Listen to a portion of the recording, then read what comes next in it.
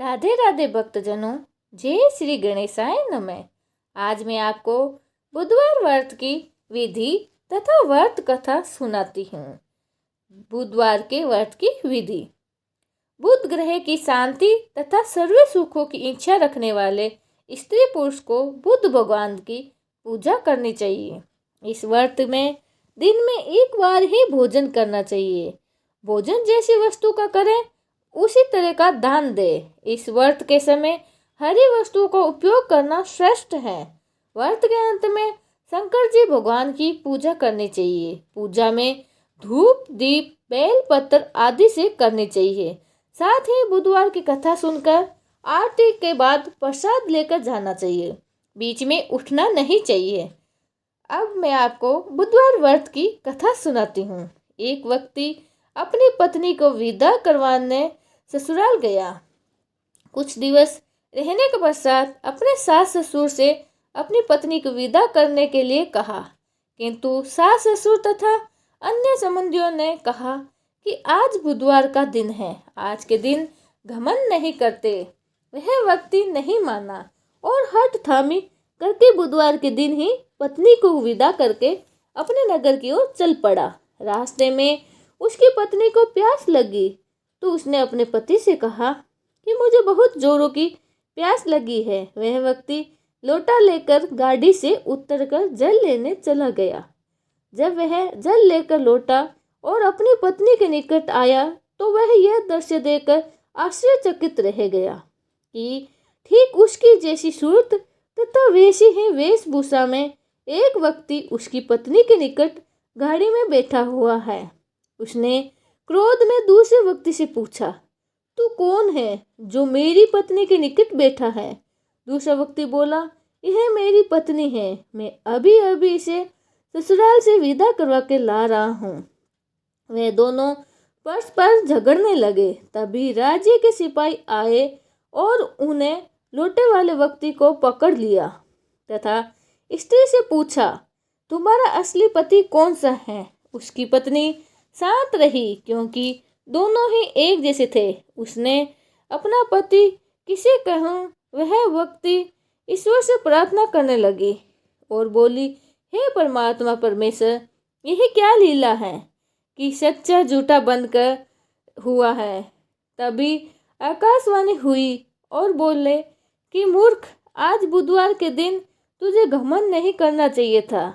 तुम्हें किस बात नहीं मानी? यह सब लीला बुद्धदेव भगवान की है।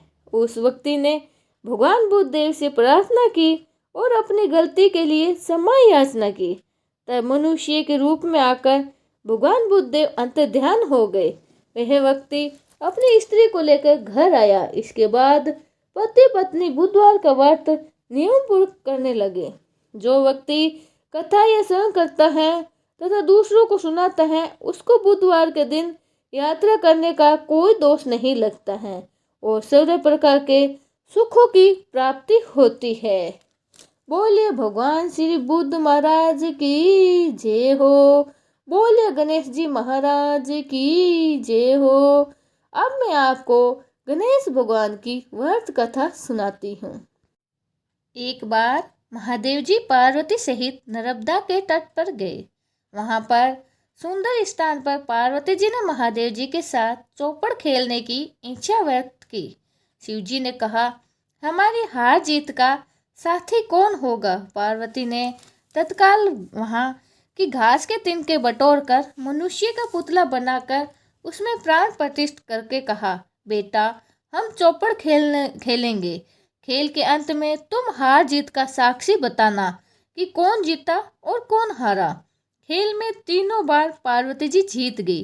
अंत में बालक से हार जीत के बारे में पूछा गया तो उसने महादेव जी को विजय ही बताया। परिणामवत पार्वती जी क्रोध होकर उसे एक पांव से लंगड़ा होकर वहां की कीचड़ पर पड़ा रहकर दुख भोगने का श्राप दे दिया। बालक ने विनम्रता पूर्वक कहा, माँ, मुझसे आज्ञावश ऐसा ही हो गया है। मैंने किसी की कुटिलता के कारण ऐसा नहीं किया है, मुझे क्षमा कीजिए। तब पार्वती जी ने कहा, यहाँ नाग कन्याएं गणेश जी का पूजन करने आएगी। उनकी उपदेश से तुम गणेश जी का व्रत करके मुझे प्राप्त करोगे। इतना कहकर वह कैलाश पर्वत पर चली गई। 1 वर्ष बाद वहां सावन में नाग कन्याएं गणेश जी के पूजन के लिए आई। नाग कन्याओं ने गणेश व्रत करके उस बालक को भी व्रत की विधि बताई। तत्पश्चात बालक ने 12 दिन तक श्री गणेश जी का व्रत किया। गणेश जी ने उसे दर्शन देकर कहा, मैं तुम्हारे व्रत से प्रसन्न हूँ, मनवांछित फल मांगो। बालक बोला, भगवान मेरे पाँव में इतनी शक्ति दो कि मैं कैलाश पर्वत पर अपने माता पिता के पास पहुंच सकूं, वह मुझे पर प्रसन्न हो जाए। गणेश जी तथास्तु कहकर अंतर्ध्यान हो गए। बालक भगवान शिव के चरणों में पहुंच गया। शिव जी ने उससे कहा, वहां तक पहुंचने का साधन के बारे में पूछा। बालक ने सारी कथा शिव जी को सुना दी। उसी दिन से अप्रसन्न होकर पार्वती जी शिव जी से विमुख हो गए। तदुपरांत भगवान शंकर जी ने बालक की तरह 21 दिन पर्यंत श्री गणेश जी का व्रत किया, जिसके प्रभाव से पार्वती के मन में स्वयं महादेव जी की मिलने की इच्छा जागृत हुई। वह शीघ्र ही कैलाश पर्वत पर पहुंची। वहां पहुंचकर पार्वती जी ने शिव जी से पूछा कि आपके पास भागी भागी आ गई हूँ। शिव जी ने कहा, गणेश व्रत का इतिहास उससे कह डाला।